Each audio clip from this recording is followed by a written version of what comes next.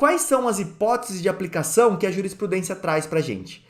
Vamos trazer algumas hipóteses. São 5 hipóteses, eu anotei aqui do lado no meu resumo. São 5 hipóteses que eu posso aplicar esse efeito extensivo. Quais são essas hipóteses? 1. Quando inexiste o fato que dá suporte à acusação. Não tem aquele fato foi declarado inexistente.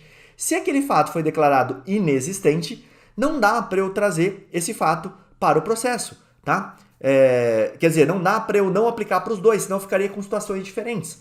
Então, se o fato for inexistente, não existiu esse fato que um está sendo denunciado, vai comunicar para o outro. Segunda possibilidade, quando o fato imputado não é considerado um fato criminoso. Então, existiu o fato ocorreu, mas esse fato que ocorreu não é crime.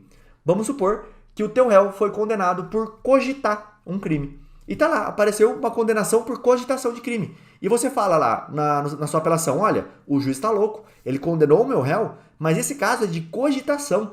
Esse não é um caso em que exista alguma causa que ele possa ser condenado. Fui fechar o Instagram aqui e me perdi no raciocínio. Deixa eu voltar aqui no raciocínio. Esse não é um caso que exista uma possibilidade de condenação, porque o fato ele ocorreu, mas ele não é crime. Pensar em cometer alguma coisa não é crime. O crime é se eu tivesse praticado. E aí o João teve um caso de júri esses dias que eu vou usar como exemplo para você poder entender. O réu, ele combinou de matar alguém, tá? O A combinou de matar o B, junto com o C. Então A e C combinaram de matar o B. Só que o C foi lá e matou o B antes de A chegar nessa cena. Matou antes, ele foi lá e matou antes. Esse cara aqui, quando chegou com a arma, com todas as coisas que ele tinha combinado, esse cara já tinha matado. Então a cogitação por esse cara aqui não pode ser considerada crime, porque cogitar não é crime. E vamos dizer que esse cara seja condenado. Se esse cara for condenado, isso pode acontecer? Não pode, porque é só uma cogitação de crime. Agora, olha que interessante. Se eu colocar o D aqui na história, então eu tenho o B, o D, o A e o C combinaram de matar o B, só que o C foi lá e matou o B antes de todo mundo. Para esses dois aqui, ó, vai ter o mesmo efeito, tá? O fato deles combinarem não é crime. Então isso aqui também pode ser uma circunstância que comunique. A gente vai falar um pouquinho mais sobre júri, tem uma coisa muito massa que a gente vai falar sobre júri aqui, tá? No caso da existência de nova tipificação atribuída ao fato. Olha, esse aqui também é interessante. Nova tipificação atribuída ao fato. Pensa no processo desmembrado, são 2 processos, foi desmembrado, e um processo foi reduzido de roubo para furto, porque entendeu-se que não houve violência ou grave ameaça.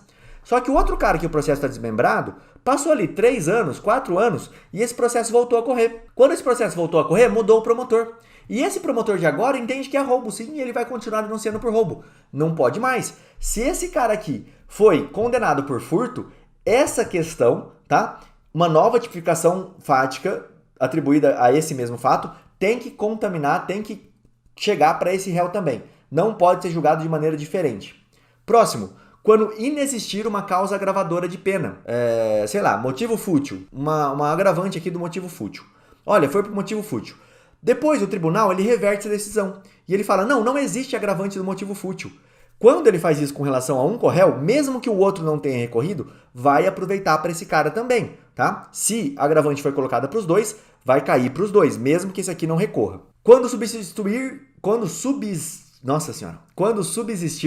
causas comuns de extinção de punibilidade. Por exemplo, prescrição. Se reconheceu a prescrição com relação a um, tem que reconhecer com relação a outro, se eles estão na mesma situação fática, tá? Lembra, 366 suspende processo. Se suspendeu o processo para um, esse cara que ficou com o processo suspenso, tá com o processo suspenso. Então, para ele não vai correr a prescrição. Eles estão em situações fáticas diferentes. Mudou. Agora, se não está suspenso o processo, vai ser igual para os dois. Reconheceu, então, a prescrição, tem que reconhecer para os dois, tá? Só que não são só esses. Esses são os que a doutrina traz. Essas hipóteses aqui é fácil da gente pensar e a doutrina traz. Não é fato, inexiste o fato que foi narrado. O fato imputado não é crime. Existência de nova tipificação atribuída ao fato. Uma causa agravadora de pena. Ou extinção de punibilidade que vai comunicar para todos. Essas são as hipóteses tranquilas, as fáceis de imaginar, que a doutrina e a jurisprudência trazem, bonitinho ali.